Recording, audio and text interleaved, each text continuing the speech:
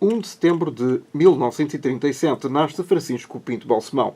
Considerado o patrão da imprensa em Portugal, a ele acaba de editar uma biografia não oficial, o jornalista Joaquim Vieira. 80 anos depois, é tempo de conhecermos um pouco melhor esta personagem, antigo primeiro-ministro, e que está de novo na ribalta, e eventualmente não pelas melhores razões. Muito bem-vindo, Joaquim, de novo à RDP Internacional, ao Germano Campos, entrevista. De cada vez que nos visitas, trazes uma biografia de alguém sobre quem pesquisaste naturalmente, mas creio que agora, e com mais propriedade, falas de um homem com quem trabalhaste durante 15 anos. Conheces muito bem, ou não tão bem assim, Francisco Pinto Balsemão? Eu direi que não conheço assim tão bem, porque trabalhei com ele apenas num contexto profissional e, portanto, há muitas coisas... Mas havia um convívio diário? Havia um convívio, mas naturalmente há muitas coisas sobre o seu percurso de vida que me tinham escapado e que eu vim agora a descobrir com a pesquisa para esta biografia. Se não fosse assim, também não teria que fazer pesquisa nenhuma, bastava sentar-me à secretária, ao computador e começar a escrever. E o que é que descobriste que te surpreendeu? Surpreendeu-me certos aspectos da vida privada de Francisco Balsemão, que eu desconhecia. Podia conhecer os contornos genéricos, mas não o particular, o detalhe. Por nós, talvez, um pouco mais complicados no contexto familiar. Estamos a falar dos vários casamentos?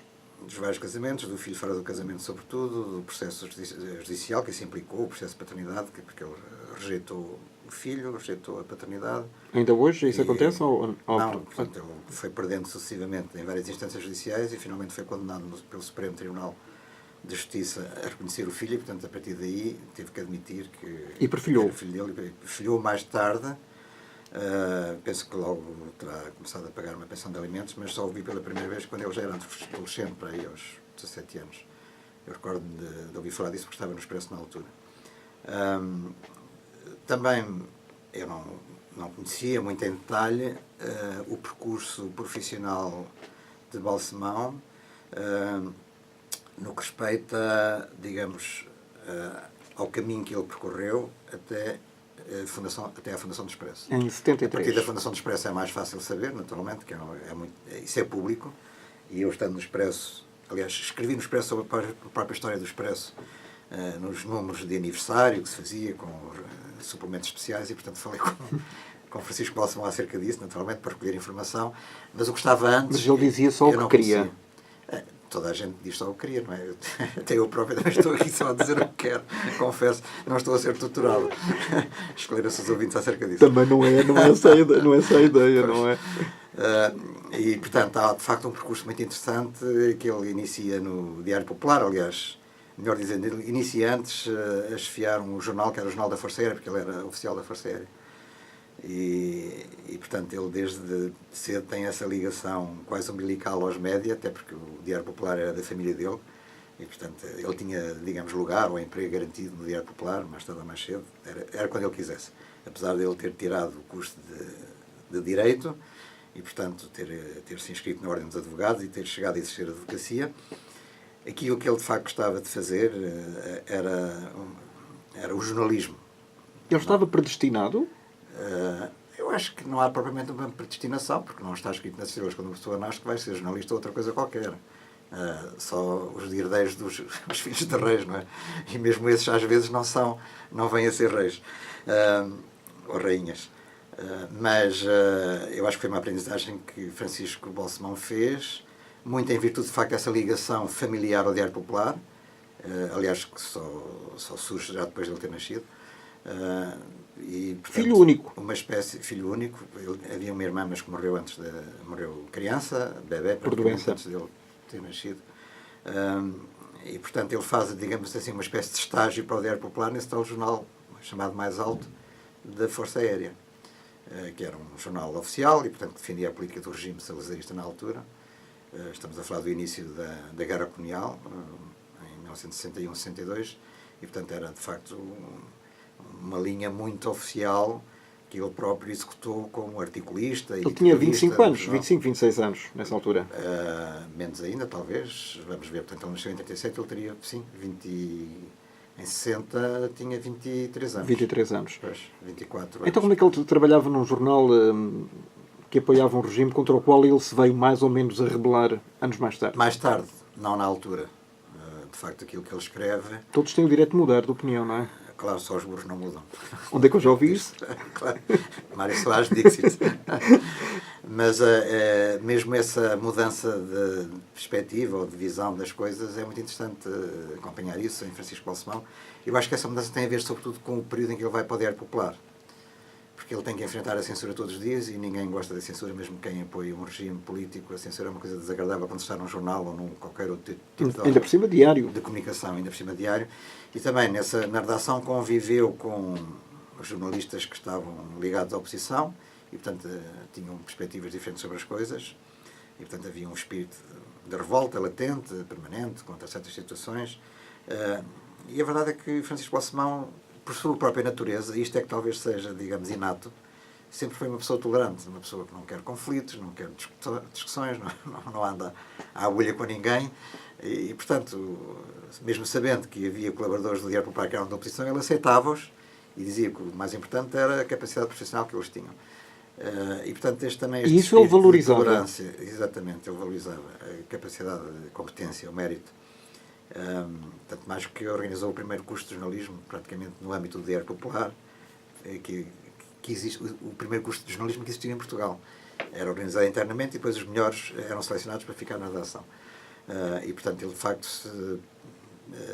deu muita prioridade, de facto, ao mérito profissional das pessoas, embora depois acabasse por ganhar uma relação afetiva com todos eles, os seus colaboradores, e, portanto, também não gostava de os despedir ou de os afastar, mesmo que achasse que eles não eram os melhores.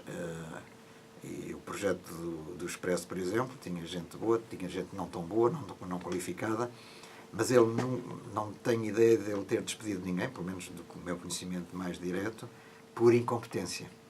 Tentava sempre condicionar toda a gente que colaborava com ele. Agora, as pessoas saíam, era porque queriam sair, ou porque havia aquilo que eles consideravam uma traição, ou coisas para participar em projetos alternativos, ou algo assim. Uma deslealdade. Mas mesmo isso não era, uma deslealdade, sim, se quiser. Mas mesmo isso, mesmo nessas circunstâncias, não era fácil, porque Marcelo Rebelo de Sousa cometeu vários tipos de deslealdades enquanto foi seu colaborador e também depois como membro do governo dele. E diretor do Expresso. E diretor do Expresso, e Balsemão nunca despediu do Expresso, por exemplo. Podia tê-lo despedido quando Marcelo Rebelo de Sousa escreveu aquela frase insultuosa e que sem sentido nenhum, no meio de uma nota da secção Gente, Balsemão é Lelé da Cuca. E, portanto, comprovou-se que era, de facto, o Marcelo a fazer isso, embora ele inicialmente não tenha reconhecido, depois acabou por aceitar que realmente tinha sido ele, até porque ele estava escrito pelo seu punho, e a letra de Marcelo, eu trabalhei com ele, portanto sei que a letra de Marcelo Rebelo de Sousa era absolutamente inconfundível, era como se fosse a sua própria assinatura, portanto não havia forma de fugir a isso. E embora Balsemão tenha tido uma conversa muito complicada com ele, e uma certa fúria, que o Balsemão acho que não era inato, não fazia parte da sua natureza, mas ele tinha que assumir ali uma atitude de respeito e autoridade, a verdade é que permitiu que Marcelo Rebelo de Sousa continuasse no Expresso, até porque o Expresso era muito importante, Marcelo Rebelo de Sousa era muito importante para o Expresso. Marcelo Rebelo de Sousa fazia praticamente o Expresso, ou aquilo que fazia com que o Expresso fosse lido, procurado. As manchetes. As manchetes, as pequenas intrigas políticas, as pequenas histórias, e todo isso com aquela escrita saborosa que ele tinha era muito importante para cativar público. E, portanto, também o Balsemão sabia que correr com o Marcelo era cortar praticamente a sua mão direita no que respeitava à liderança do Expresso e, portanto, aceitou que ele ficasse lá e até o levou para o governo mais tarde. Não ia fazer consequências previsíveis que se imaginam. Marcelo Rebelo de Sousa, o atual Presidente da República, chegou a escrever sob pseudónimo. Inicialmente, mas muita gente escrevia sob pseudónimo no Expresso. Era uma prática recorrente. Por algum motivo não queria assumir. Eu acho que ele não queria assumir que, sendo ele filho de ministro na altura, porque o pai era ministro Baltasar Rebelo de Sousa, do governo Marcelo Caetano, e sendo o próprio Marcelo muito próximo do Marcelo Caetano, por ligações familiares, de amizade, etc. Aliás, Marcelo Rebelo de Sousa, o Marcelo é dado como nome próprio a ele, em homenagem a Marcelo Caetano. Portanto, não foi padrinho, ao contrário do que se diz, mas esta homenagem é muito significativa. Portanto, a ligação de Baltasar Rebelo de Sousa a Marcelo Caetano era muito antiga. Vinha desde os tempos da Universidade Portuguesa, dos anos 40, portanto, já muitas décadas antes. E, portanto, de alguma forma, penso que Marcelo Rebelo de Sousa, provavelmente com a sua capacidade de previsão, pensava também ter uma carreira qualquer. Não sabemos se no regime, se noutro quadro diferente, político, mas também se calhar não queria sujar o seu nome logo ali no início no arranque do Expresso e, portanto, preferiu escrever sob pseudónimo, não, sob vários pseudónimos. Eu, quando fui para o Expresso, só fui para o Expresso em 1981, Marcelo Rebelo de Sousa, que já era o diretor, também escrevia sob pseudónimo. Qual era o pseudónimo? Não me lembro, mas eram vários. Mas se procurarmos, se fizermos uma pesquisa no Expresso, que depararmos um nome que nós não conhecemos e de que nunca ouvimos falar, com certeza que é Marcelo Rebelo de Sousa. Eu cheguei a corrigir textos dele, escritos sob pseudónimo. Corrigir. Fazer uma leitura e pedirem-me a opinião, achas que isto faz sentido? Portanto, e eram coisas que nem se percebe porque é que Marcelo Rebelo de Sousa escrevia aquilo. Não sei se eram cestos de contas, se era... Daí ser o Lelé não é? Pois, exatamente. Mas, de facto, isso manteve-se durante muitos anos.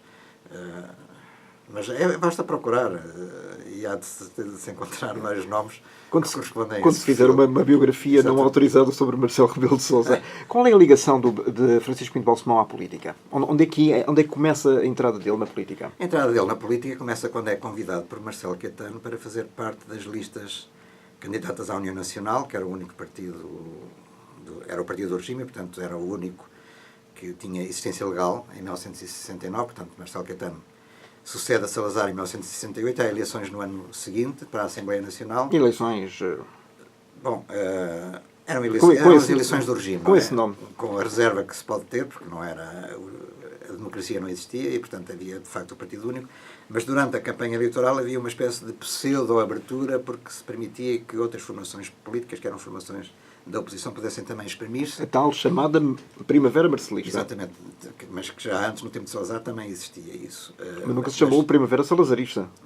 Nunca se chamou Primavera Salazarista, mas existia, digamos assim, a Primavera Salazarista, Marcelista é porque o Marcelo Caetano exprimiu, quando tomou posse, uma vontade de alguma evolução na continuidade, como ele próprio assumiu na altura, e, portanto, houve uma esperança de que as coisas pudessem mudar. E, no fundo, enfim, deve dizer-se, agora que estamos a falar disso, a liberdade de expressão no período pré-eleitoral era muito condicionada, de qualquer maneira, pela censura, e, portanto, havia muitos cortes, havia muita perseguição à oposição, havia polícia nas sessões da oposição e, portanto, muitas vezes mandavam calar os oradores e tudo isso. E, portanto, estamos a falar num contexto extremamente limitado. E, portanto, a possibilidade de exprimir ideias contrárias ao regime era, de facto, extremamente condicionada. Mas existiu isso e o Marcelo Caetano prometeu um pouco mais de abertura, embora também nessa campanha eleitoral em 69 tivesse havido até agressões por parte de elementos da PIDE, da Legião Portuguesa, a candidatos da oposição, a interrupção de sessões da oposição e tudo isso. O próprio Balsemão escreve uma carta a Marcelo Caetano indignado, revoltado, porque tinha havido na véspera agressões aqui em Lisboa no fim de uma sessão da oposição. Mesmo assim, mesmo apesar destas críticas, ele admitiu ir para a Assembleia Nacional. Nacional. Admitiu, mas ele tinha uma esperança sincera, acho eu, genuína, de que houvesse de facto uma evolução e que Marcelo Caetano presidisse essa evolução, e foi por isso que ele aceitou. Então quando é que começou a derrocada das ilusões? E ele aceitou esse convite de Marcelo Caetano, porque Marcelo Caetano precisava dele, ao contrário de Salazar, que não ligava ao peso da comunicação social na sociedade. Marcelo Caetano prezava os apoios que ele podia ter nos órgãos de informação. E como o Balsemão, na prática, dirigia o Diário Popular, embora não fosse o diretor nominal, mas era ele que era o principal responsável pelo funcionamento do jornal, além de ter as ligações familiares à propriedade do Vespertino, era um jornal que se publicava à tarde, Marcelo Caetano considerou que era muito importante ter o apoio do Balsemão. Balsemão, quando é eleito e, portanto, ele é candidato pela Guarda, que é o distrito originário da família dele, da parte paterna, e, portanto, quando entra na Assembleia Nacional, junta-se a outros deputados que também foram convidados, Pinto Leite, nesse sentido de fazer uma abertura, não é? De organizar de alguma forma. Pinto Leite, Francisco Sá Carneiro. Miller Guerra. Francisco Sá Carneiro é muito importante porque eles sentavam-se no hemiciclo por ordem alfabética, portanto, eram os dois Franciscos, Balsemão e Sá Carneiro, que aconteceu ficarem vizinhos, sentados um ao lado do outro, e, portanto, estabeleceu-se ali. Eles não se conheciam antes, mas estabeleceu-se a partir daí uma relação de amizade muito forte. Ao ponto de Balsemão ter sucedido o Sá Carneiro quando este faleceu em 80. Mais tarde, exatamente, mas antes disso há a criação, antes disso há o Expresso. Claro, não, isto é só para justificar. Depois faz esse arco, depois vai, de facto, desembocar ou desembocar nesse desfecho que é trágico, e ao mesmo tempo promove Balsemão a primeiro-ministro e líder do PSD. Então quando é que ele saiu exatamente da Assembleia? Foi em 73? Ele manteve, ao contrário de Sá Carneiro, que se demitiu porque de facto achava que não tinha condições para continuar, Balsemão manteve-se até ao fim do mandato, 73, portanto, da até ao fim legislatura. da legislatura. Em 73 houve eleições outra vez. Já depois do Expresso ter aparecido. Já depois do Expresso, o Expresso foi fundado em janeiro de 73 e as eleições foram, creio que em outubro. Em outubro. De 73, perdão. E ele manteve, portanto, houve uma certa altura em que ele era ao mesmo tempo diretor do Expresso e deputado. Não havia uma certa incompatibilidade nessa altura? A incompatibilidade está na cabeça das pessoas, é aquilo que elas entenderem que devem ou não fazer. Na altura ele entendeu e também não havia nenhuma lei que o impedisse. Entendeu que podia exercer as duas funções ao mesmo tempo e, portanto, era um deputado praticamente da oposição, sobretudo como líder, como diretor do Expresso, e ele teve troca de correspondência com Marcelo Caetano, que mostrava, de facto, essa troca de correspondência, mostrou o desagrado e a revolta e a indignação que o Balsemão tinha perante a ação da censura. A censura praticamente ia dando cabo do Expresso antes do 25 de Abril, esteve a um passo de deixar de existir, de abrir falência, porque a perseguição era extremamente feroz, agressiva, impedia que o Expresso fosse distribuído a horas. Houve alturas em que o Expresso só apareceu nas mangas ao domingo, sendo um jornal que saía aos sábados. E sempre se publicou ao sábado, nunca mudou de dia? Não, nunca mudou de dia. Só mudou de dia quando havia, mais tarde, havendo eleições ao domingo, para respeitar digamos assim, o chamado período de reflexão, embora por lei isso não seja obrigatório. Ainda hoje acontece. Ainda hoje acontece. E, portanto, saía à sexta-feira, ou digamos, saía com uma data de sexta-feira no cabeçalho, porque o que interessava era a data, porque a distribuição às vezes era só feita ao sábado. Eu estava no Expresso e isso portanto, era também uma coisa que isto era uma farsa, de certa maneira.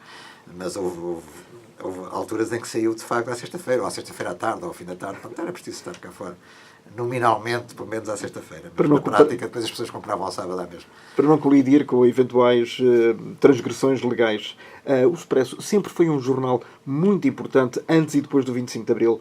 Marcou a atualidade política? Eu acho que o Expresso é o jornal mais importante que se publica em Portugal depois da fundação do Diário de Notícias e do Século. E estamos a falar portanto, praticamente do século XIX. Temos que recuar ao século XIX para encontrar um jornal que tenha uma influência tão grande.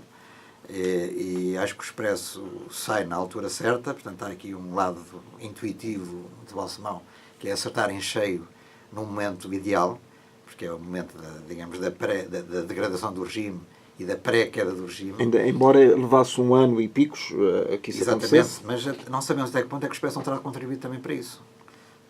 Porque a verdade é não foi só o Spínola, então, com Portugal e o Futuro? Não, há muitas coisas. Não, apesar de não ter sido só o Spínola, que apareceu, o livro dele apareceu só mais tarde e já havia um movimento dos capitães que já estava organizado desde 73, precisamente.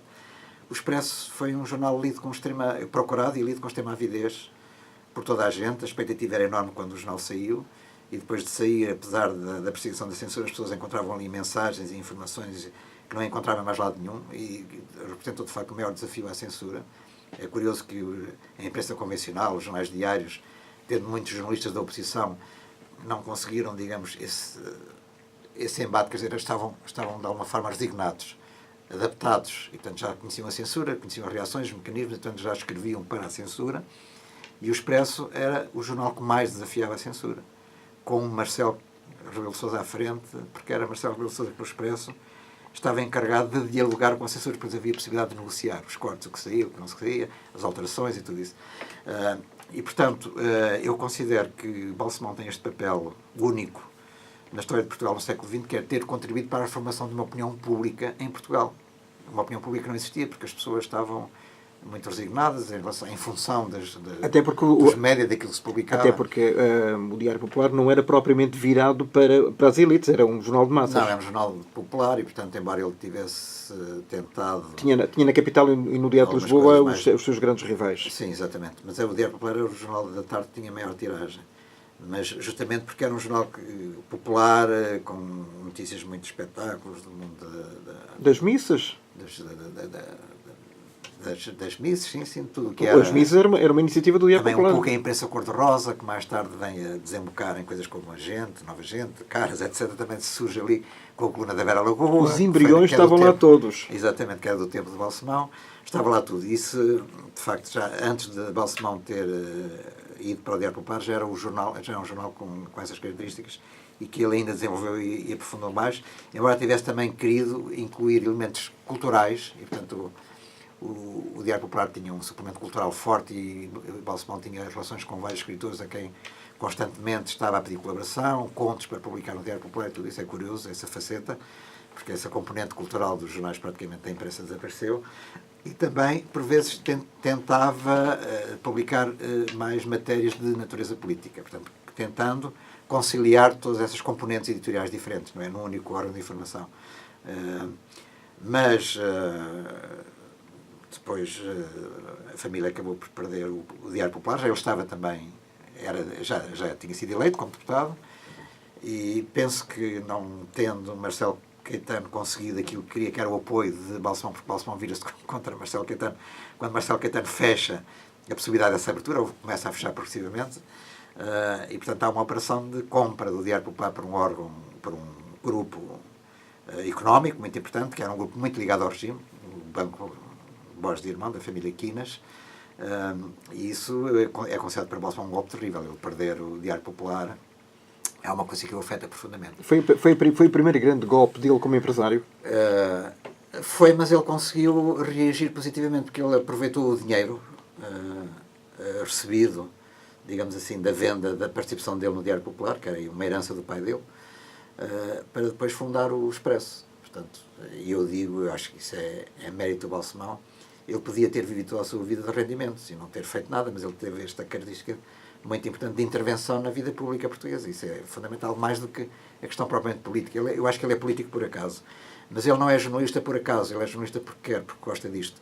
E também essa componente de formação da opinião pública, para a criação de uma opinião pública em Portugal, que começa com o Expresso, vai-se aprofundar, desenvolver depois com a fundação da SIC. Ele nunca mais quis ter nenhum jornal diário. Ele comprou a Capital mais tarde, quando a Capital foi privatizada. E podia ter comprado o Diário Popular, mas o Diário Popular, enfim, havia esse lado afetivo da ligação ao Diário Popular. Que ele não queria... Mas o Diário Popular era mais caro, penso eu. Portanto, a aquisição da Capital, acho que de alguma forma também tinha uma componente afetiva, porque, do ponto de vista de gestão, não foi digamos, uma decisão muito lúcida. Porque a imprensa vespertina estava em perda acelerada de impacto, de popularidade. E estamos a falar Estamos a falar em finais dos anos 80. Quando se abre, portanto, a economia às privatizações, tudo aquilo que tinha sido nacionalizado no Estado. Havia esses vários jornais que tinham sido nacionalizados também naquela onda de nacionalizações em 75. E, portanto, os jornais são das primeiras coisas a privatizar, o Diário de Notícias, o Diário Popular, a Capital, o Jornal de Notícias. E desse leque todo, o Balsemão resolve apostar num vespertino, que eu acho que de alguma forma era um regresso de facto afetivo a esse passado. Só que o quadro era outro, os tempos eram diferentes e era muito difícil que a imprensa vespertina viesse a manter-se, como de facto não aconteceu, e portanto todos os jornais da tarde acabaram por fechar mais tarde ou mais cedo, incluindo a Capital. Quando é que o percurso de Balsemão até 1980, até à morte de Sá Carneiro, foi feito de que forma? Eu acho que foi uma aposta mais, apesar de Balsemão, portanto, vamos lá ver, Balsemão cria o Expresso como projeto profissional, mas ao mesmo tempo como projeto de intervenção. Ele nunca foi diretor do Expresso. Balsemão foi desde o princípio.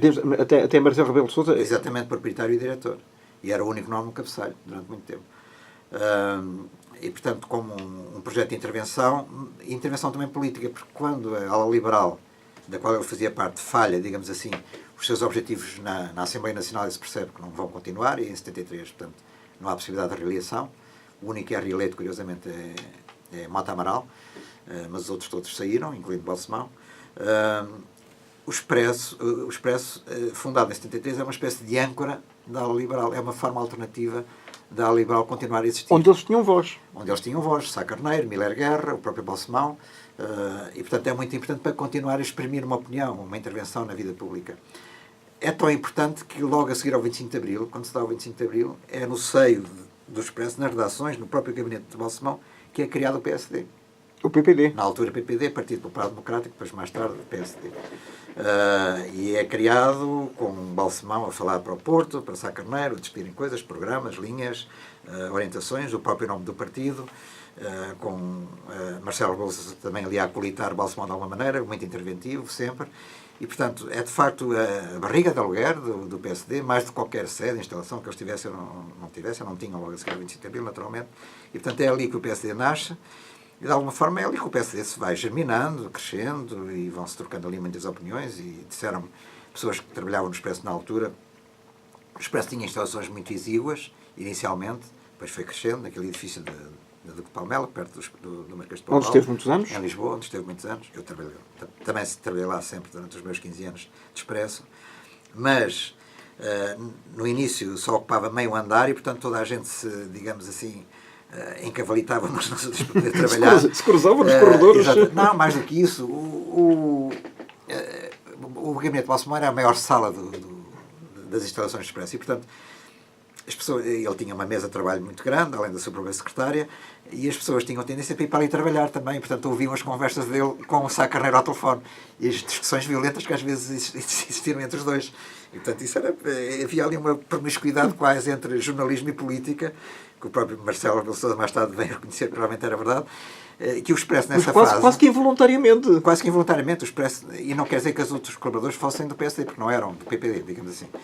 Havia muita gente de outros partidos e, portanto, houve ali até naquele período revolucionário várias linhas em confronto, até situações um bocado tensas e complicadas, com piquetes que foram organizados, pessoas da extrema-esquerda que estavam em ações de manejos de aprendizagem, de manejos de armamento. E depois havia um grupo à direita, um grupo rival, e que alguns jornalistas lá do Expresso ouviram dizer que eles tinham posto armadilhado o elevador do Expresso com granadas que podiam explodir quando eles fossem a subir. Isso é mito ou é verdade? Não, isso é mito. Isso é aquelas coisas muitos rumores que havia em 75. Mas isso, por acaso, há uma passagem do livro que é um bocado ambígua para dar a ideia que era esse grupo de extrema-esquerda que tinha armadilhado com granadas. Não.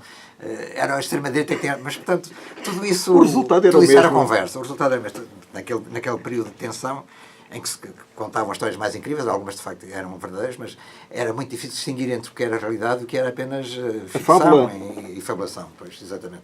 E portanto isso nunca existiu essa história da armadilha com as granadas, é porque isso na prática não seria muito efetivo, se queriam eliminar muita gente, não era dessa maneira. Mas é verdade que existiam armas dentro do Expresso e que existiram piquetes armados para defender o Expresso em relação a eventuais ataques que pudessem existir. Mas o Expresso sempre passou um bocadinho incólume a essa vaga revolucionária até ao 25 de novembro, ou não? Não, dentro do Expresso houve muitas convulsões, é preciso que se diga. Não, mas ele nunca fechou, quer dizer, nunca deixou de se publicar. Deixou de se publicar logo a seguir ao 25 de novembro, porque... só mais tarde. Foi declarado o estado de sítio em Lisboa, foi proibido que a imprensa foi proibida. Sim, é o Expresso e os outros jornais. Se publica toda a imprensa que se publicava em Lisboa. Eu estou a falar concretamente no Expresso. Exatamente. Mas no Expresso, o Expresso nunca deixou de se publicar, de facto. Continua sempre até... Para os últimos meses de 75 até passou a publicar 2 edições por semana. Uma aos sábados, que era o Expresso, e depois o Expresso Extra à quarta-feira. Porque a avidez, a procura de informação era tão grande.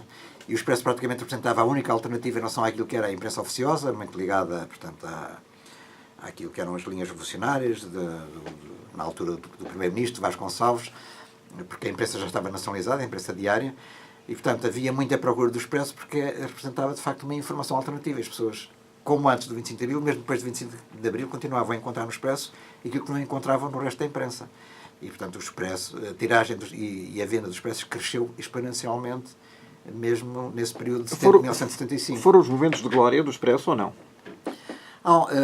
Eu acho que há 2 momentos. Um que é mais fugaz, que é efêmero, que é esse de 75, e depois há o período de crescimento, que é um crescimento mais consolidado, que começa no princípio dos anos 80 e que vai por aí fora e que atinge o seu apogeu nos anos 90. Mas concretamente, quando Sá Carneiro morre, a 4 de dezembro de 1980, Francisco Pinto Balsemão sucede-lhe no cargo de Primeiro-Ministro, portanto deixa a direção do Expresso naturalmente. Sim. É verdade ou é também mito que o Francisco Pinto Balsemão foi o Primeiro-Ministro que mais apanhou do seu próprio jornal? Não temos outro Primeiro-Ministro que tivesse um jornal ao mesmo tempo. E, pois também. Só por aí foi, de facto, o que mais apanhou.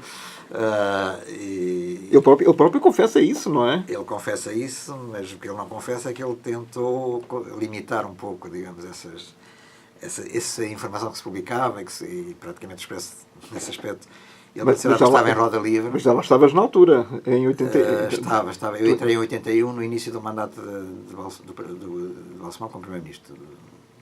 Ele fez 2 mandatos, não é? No primeiro mandato. Ele nunca telefonou a perguntar qual é que era a manchete da edição da semana? A minha não, mas ele chamou, portanto, a partir de certa altura. Eu ainda entrei com o Marcelo Rebelo de Sousa como diretor. Mas com o segundo governo de Balsemão, ainda nesse ano de 81, o Marcelo Rebelo de Sousa é chamado para o governo e, portanto, fica o Augusto Carvalho, que era o subdiretor, como diretor interino. Nunca foi diretor efetivo. E houve um período, uma fase, em que o Balsemão estava muito aborrecido com aquilo que o Expresso publicava no que respeitava ao que acontecia no interior do governo, no seio do Conselho de Ministros, e, portanto, chama o Augusto Carvalho à presidência do Conselho de Ministros e tem uma conversa muito azeda com ele. E estava também presente nessa conversa Marcelo Rebelo de Sousa. Ele podia demitir o Augusto Carvalho? Podia, era o proprietário. Mas o Augusto Carvalho disse: não, mas porquê é que está aqui a dizer-me isso? O senhor sempre defendeu que o Expresso devia ser independente do poder e, portanto, nós apenas estamos a exercer o nosso, digamos, aquilo que é a nossa linha editorial, que foi você próprio que criou o Expresso e que definiu que devia ser assim. Mas era o feitiço contra o feiticeiro. Exatamente. Mas o Balsemão estava muito desagradado, sobretudo porque ele percebia que havia informação privilegiada que era de sair de dentro do governo, e penso que o Balsemão gostaria que o Augusto Carvalho dissesse que é que passava essa informação. Também era violar outro princípio, que era respeitar a confidencialidade das fontes. Augusto Carvalho não me disse. Mas em certa altura dessa conversa, portanto, como eu disse, o Marcelo Rebelo de Sousa estava presente também, até por causa da sua ligação ao Expresso, e o Augusto Carvalho é chamado, perdão, o Francisco Balsemão é chamado por uma secretária para vir atender uma chamada urgente do embaixador e deixa sozinhos o Augusto Carvalho na sala, o Augusto Carvalho e o Marcelo Rebelo de Sousa.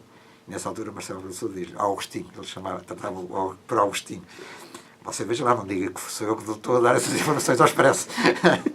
Portanto, mas isto é típico também do Marcelo Rebelo de Sousa. De facto, era ele que comunicava a maior parte dessas notícias que o Expresso depois publicava, sem o Balsemão saber. O Expresso, então, fez o seu percurso brilhante nos anos 80, aliás, era conhecido 80, até 90. Pelas reportagens e pela grande equipa de reportagem que tinha, nomeadamente a nível da fotografia, que era uma coisa notável, e investigação. Havia, e que isso se perdeu muito, porque, de facto, também hoje em dia... de matérias culturais, porque era, digamos, e exclusivas. Exato. A revista, que é desenvolvida nos anos 80, dirigida por Vicente Jorge Silva, tem muita influência no crescimento do Expresso. Aliás, havia quem comprasse o jornal para ler a revista. Exatamente, sim. Havia, digamos, 2 linhas praticamente. Eu me acuso. O primeiro caderno de uma maneira, a revista de outra. Mas a revista abordando a informação de uma forma diferente, apostando muito no desenvolvimento de temas culturais, literários, na filosofia, enfim, tudo isso que não era comum na imprensa portuguesa à época, é muito importante, é determinante, mas também acho eu a reportagem e a investigação jornalística, as notícias exclusivas que saíam na primeira página, tudo isso é determinante para o crescimento do Expresso e para uma afluência de publicidade ao Expresso, e portanto o Balsemão enche de dinheiro, por assim dizer. Foi mesmo a galinha período, dos anos de ouro da... Foi, e havia dinheiro, havia muito dinheiro. Eu recordo que as despesas de reportagem praticamente eram ilimitadas, nós não tínhamos nenhumas condicionantes nesse aspecto, portanto podia-se gastar o que fosse preciso, e havia muitas despesas mal feitas. Eu não vou agora aqui particularizar, mas havia coisas que nem sequer tinham nada a ver com o trabalho jornalístico. Mas o Expresso pagava aquilo tudo sem grandes problemas.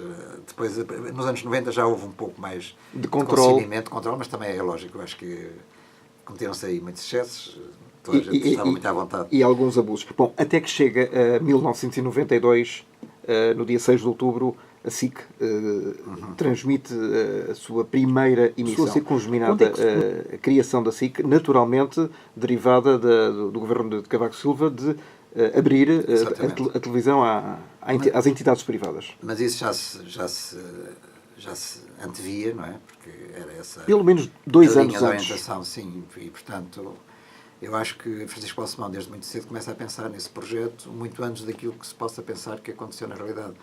Eu já em 86 ou 85, penso que em 86, encontrei em relatórios da Só Jornal, que era a empresa proprietária do Expresso, indicações acerca de um projeto de televisão. Portanto, para ser preparado, estudado, pensado, até que já com uma grelha mais ou menos refletida, uma grelha de programação, para quando mais tarde viesse a liberalização, portanto, a abertura às televisões privadas. E, portanto, desde muito cedo ele tem essa ideia na cabeça, e devo dizer que já nos anos 70 ele era contrário ao monopólio da televisão pela RTP, pelo serviço público, pela estação de serviço público. Ele interveio até na Assembleia Nacional como deputado ainda da Ala Liberal, dando indicações, e escreveu também um livro nesse sentido, chamado Informar ou Depender, dando indicações que a televisão devia ser também aberta, digamos, à iniciativa privada e devia haver canais alternativos. E, portanto, isto é muito prematuro na cabeça de Balsemão. É preciso dizer que, na altura, poucos países europeus tinham televisão privada. Tinha a Grã-Bretanha, na Itália, não sei quando é que surgiu. Nem a França tinha. Nem a França tinha. E, portanto, desde muito cedo, de facto, ele tem esta ideia, ao nível da teoria, na cabeça. Não que fosse ele a fazer a própria isso. Espanha só veio mais tarde muito também. Sim, tudo isso mais tarde. E tudo isso é dos anos 80 já. E, portanto, tendo Portugal entrado para, na altura, Comunidade Económica Europeia, ou Comunidades Europeias, portanto, seria natural que também isso fazia parte, digamos assim, dos compromissos que havia para que houvesse a abertura da televisão à iniciativa privada. E, portanto, Balsemão está na primeira linha. Mas ele não tinha dinheiro. Não tinha dinheiro, mas tinha um projeto profissional e, portanto, tinha nomes, tinha o prestígio do Expresso e, portanto, isso dava-lhe muitas garantias. Era a base. Era a base. Quer dizer, o proprietário do Expresso, naturalmente, tinha quase uma prioridade natural, digamos assim, por ter acesso a um canal de televisão. Não tinha dinheiro e havia uma limitação legal que era que os órgãos de comunicação em Portugal não podiam ter mais que 10% de participação de capital estrangeiro. Então, onde é que ele foi? Ele tinha de contornar isso. E foi pedir aos amigos.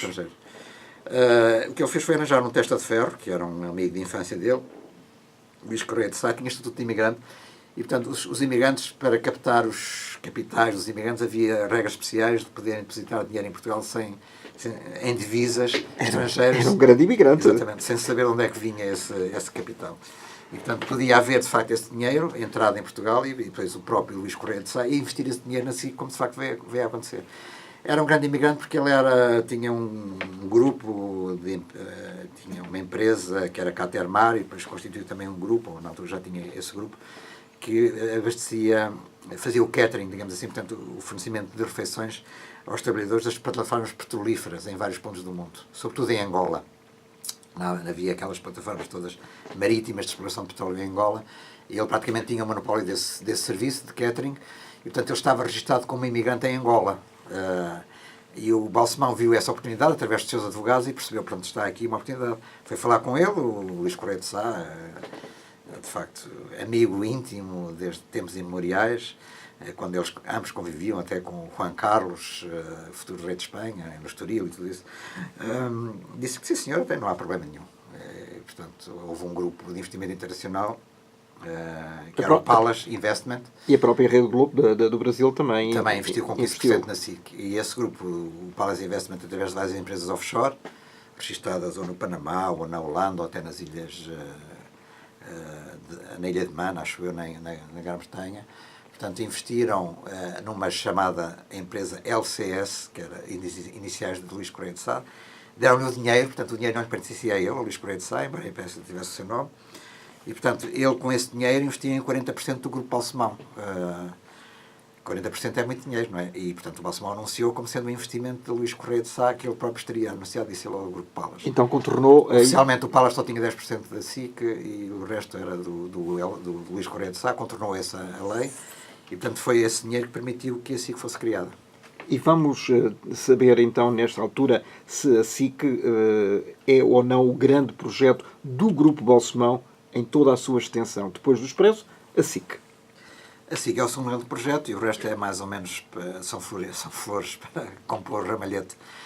Estamos a falar das revistas do grupo. Exatamente. Do grupo Impresa. Quando é que o grupo Impresa... Claro que há projetos importantes, como por exemplo a revista Visão. A revista Visão.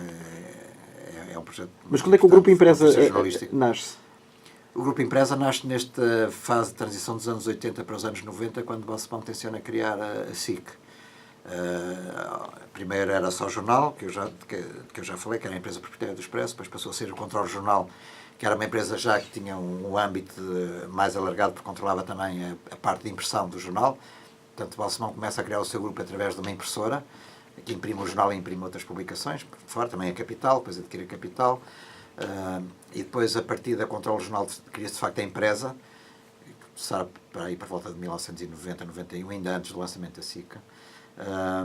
E depois é na empresa que investe o Luís Correia de Sá, e depois é da empresa que sai a SIC, indo de Balsemão buscar outros investidores portugueses. Mas de facto ele nunca perde o controle da SIC, digamos assim, ele tem sempre a maioria.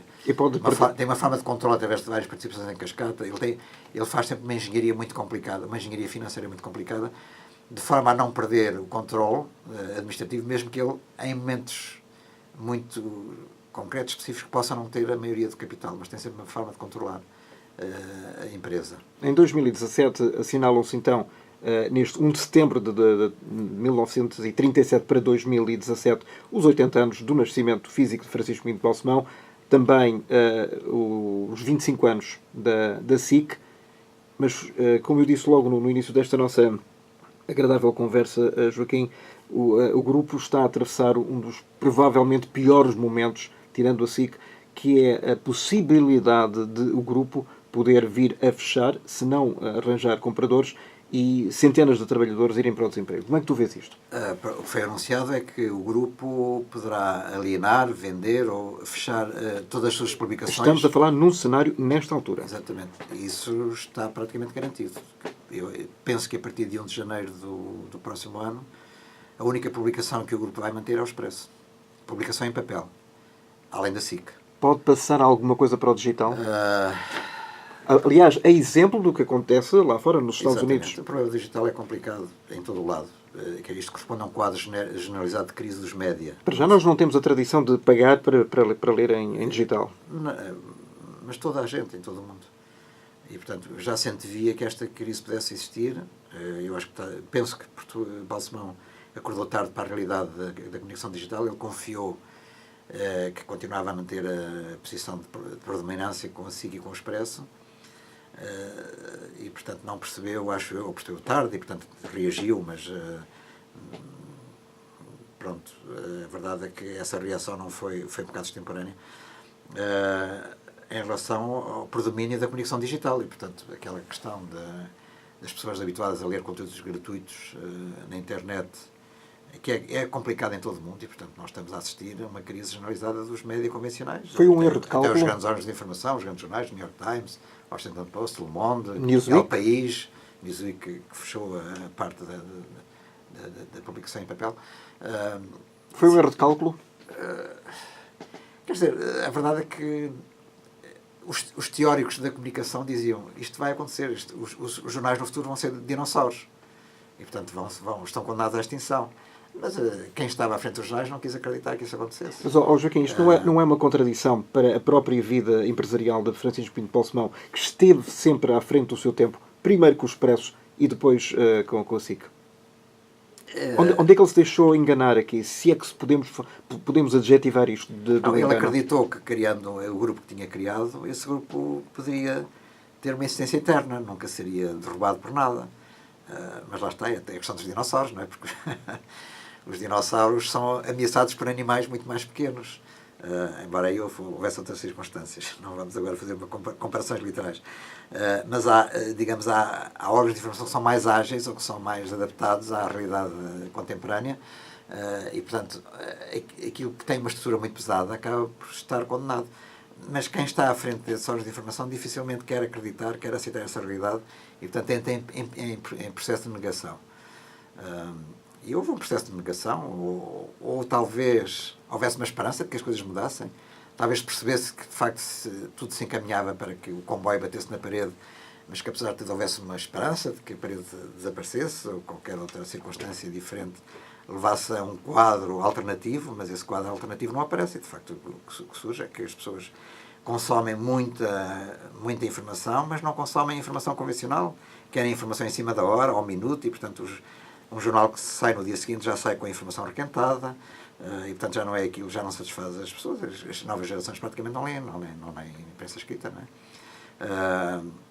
E, portanto, de alguma forma, também com a idade avançada que Balsemão tem, faz 80 anos hoje, Se calhar seria difícil estar sempre na crista da onda e, portanto, toda a gente se deixa ultrapassar. Eu próprio deixo ultrapassar. Joaquim, é o princípio do pela fim, realidade. É o princípio do fim do Império Balsemão? Eu não quero dizer isso porque é uma previsão extremamente negativa, mas eu já no livro dizia que Balsemão deixava aos herdeiros o Império com pés de barro e que lhes ia causar muitas dores de cabeça. Para os filhos. Exato, para os filhos. Porque o grupo estava muito descapitalizado, tinha uma dívida muito grande aos bancos e não se percebia como é que era possível dar a volta a essa situação. E mesmo hoje em dia não estou a perceber. É por causa dessa dívida que eles anunciam que vão fechar as publicações. E a própria SIC não sei o que é que vai acontecer. Eu acho que em última análise, Balsemão, se tiver que ficar com uma só coisa, um só elemento do seu império, vai ficar com o Expresso e vai alienar todo o resto, incluindo a SIC. Incluindo a SIC? Sim, porque a SIC, com esta manobra agora da aquisição da média capital da TVI, no fundo, pela Altice, a SIC isolada ou seja fica pelo numa situação, grupo da MEL. Exato, fica numa situação muito complicada, pelo grupo da MEL, ex-PT. Fica numa situação muito complicada a SIC e, portanto, é natural que haja também uma tentativa de aquisição da SIC por um grupo rival do MEL, que é a Nós. Isto para o Balsemão sei que é uma coisa muito complicada, até porque há aí capital angolano e o Balsemão sempre desconfiou muito do capital angolano e que houvesse um cerco, um assédio ao grupo empresa por parte do capital angolano. Aliás, ele desconfiava que o Nuno Vasconcelos, que tentou, a partir de certa altura, tirar o controle maioritário do grupo empresa ao Balsemão, portanto, esse drama também quase familiar entre eles, porque o Vasconcelos era afilhado de casamento de Balsemão, filho do seu amigo íntimo Luís Vasconcelos, que foi administrador do Expresso e do grupo empresa durante anos e anos. E Balsemão desconfiava que já houvesse aí capital angolano e, portanto, sempre desconfiou muito disso. E vender a SIC a Nós, pois não era aquilo que Balsemão desejaria na vida, era a última coisa que ele queria. Mas lá está, pode haver circunstâncias em que não há alternativa. E se calhar Balsemão está perante um quadro em que não tem grandes alternativas neste momento. O que é dramático, profundamente dramático. É a estaca profunda no coração dele, enquanto homem, enquanto empresário, enquanto político. É porque, de certa forma, representa o falhanço de toda uma carreira. Quer dizer, aquilo que ele fez está feito e ninguém lhe pode tirar esse mérito. Em relação àquilo que eu já disse, até pronto, os marcos fundamentais ao Expresso e a SIC. Isso ninguém retira, de facto, esse mérito. Mas, terminar desta maneira, não termina em glória, mas em fracasso, em colapso, claro, não seria só para ele, é a queda do Império Romano, quer dizer, é um sofrimento para qualquer um, não é? Lá está, mais uma vez aí temos um exemplo que o Império Romano é derrubado pelos bárbaros. E também se pensava que o Império Romano era eterno. E também se pensava que o Império Britânico seria. Exato, pois, nada é eterno, de facto. E para rematar, Joaquim, e agradeço mais uma vez teres vindo cá a este programa privilegiar e prestigiar com a tua presença. Os poucos anos, obviamente, ninguém está aí para novo e Balsemão faz 80 anos. Estes últimos anos, se calhar ele não os imaginava assim. São anos de, não, acho que não. São anos de alguma tormenta. Grande tormenta. Aliás, diga-se à altura, aquele império era uma grande nau, não é? Difícil de gerir como tanta coisa ao mesmo tempo. Mas a grande nau, grande tormenta, portanto, para utilizar esse aforismo português. E, de facto, eu acho que é desde o início do século XXI que se vinham a acumular os sinais de crise.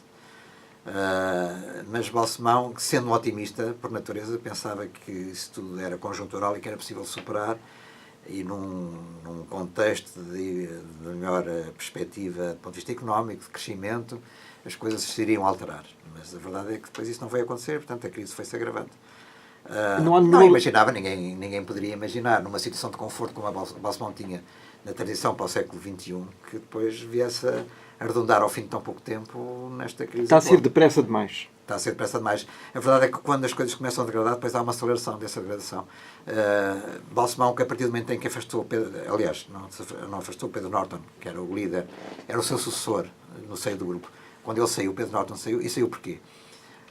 Saiu porque, sendo um gestor profissional, percebeu que Balsemão queria manter o controle familiar do grupo. E com o controle familiar do grupo não se ia a lado nenhum.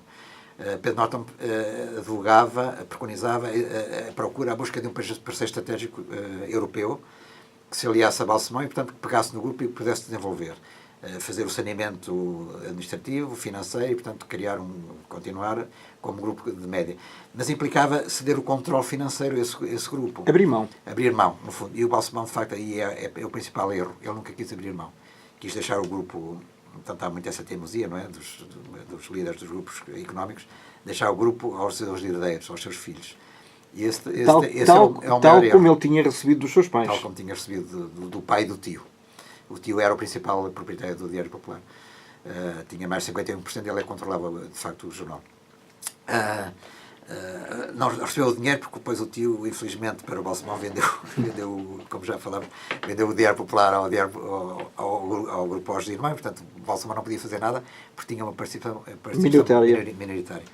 Mas, de facto, essa teimosia de Balsemão, ele é teimoso neste aspecto, não largar mão de certos princípios, em manter o grupo no seio familiar, leva Pedro Norton a sair, a demitir-se, e depois o que é que Balsemão faz?